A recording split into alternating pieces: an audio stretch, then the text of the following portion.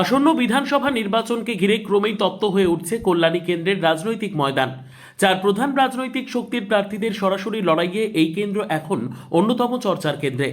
এই কেন্দ্রে বামফ্রন্টের প্রার্থী হিসেবে আবারও ময়দানে রয়েছেন সবুজ দাস, যিনি 2021 সালেও এই কেন্দ্র থেকে প্রতিদ্বন্দ্বিতা করেছিলেন।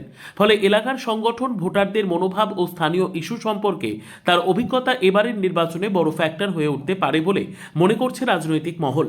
সেই অভিজ্ঞতাকে হাতিয়ার করেই প্রচারে জোর বাড়িয়েছে বাম শিবির। অন্যদিকে তৃণমূল কংগ্রেস তাদের প্রার্থী ডাক্তার অতীন্দ্রনাথকে সামনে রেখে সংগঠনকে আরো মজবুত করে ভোটের ময়দানে টিকে থাকার লড়াই চালাচ্ছেন। বুথ স্তর থেকে শুরু করে ওয়ার্ড স্তর পর্যন্ত কর্মীদের সক্রিয় করে তুলতে ইতিমধ্যে একাধিক কর্মসূচি নেওয়া হয়েছে। বিজেপির পক্ষ থেকে প্রার্থী অনুপম বিশ্বাস 2021 সালের জয়ের ধারা বজায় রাখার লক্ষ্যে প্রচার চালাচ্ছেন। গতবার এই কেন্দ্রে বিজেপির জয় সংগঠনকে বাড়তি আত্মবিশ্বাস জুগিয়েছে, যা এবারের ভোটে বড় প্রভাব ফেলতে পারে বলে মনে করা হচ্ছে। পাশাপাশি কংগ্রেস প্রার্থীও নীরবে প্রচার চালিয়ে যাচ্ছেন। সরাসরি লড়াইয়ে এগিয়ে না থাকলেও ভোটের অঙ্কে কংগ্রেসের উপস্থিতি ফলাফলে প্রভাব ফেলতে পারে বলেই মনে করছেন রাজনৈতিক বিশ্লেষকেরা। সব মিলিয়ে অভিজ্ঞতা, সংগঠন ও কৌশলের লড়াইয়ে কল্যাণী বিধানসভা কেন্দ্রের এবারের নির্বাচন হতে চলেছে অত্যন্ত হাড্ডাহাড্ডি। শেষ হাসি কে হাসবেন তা নির্ধারণ করবে ভোটারদের রায়।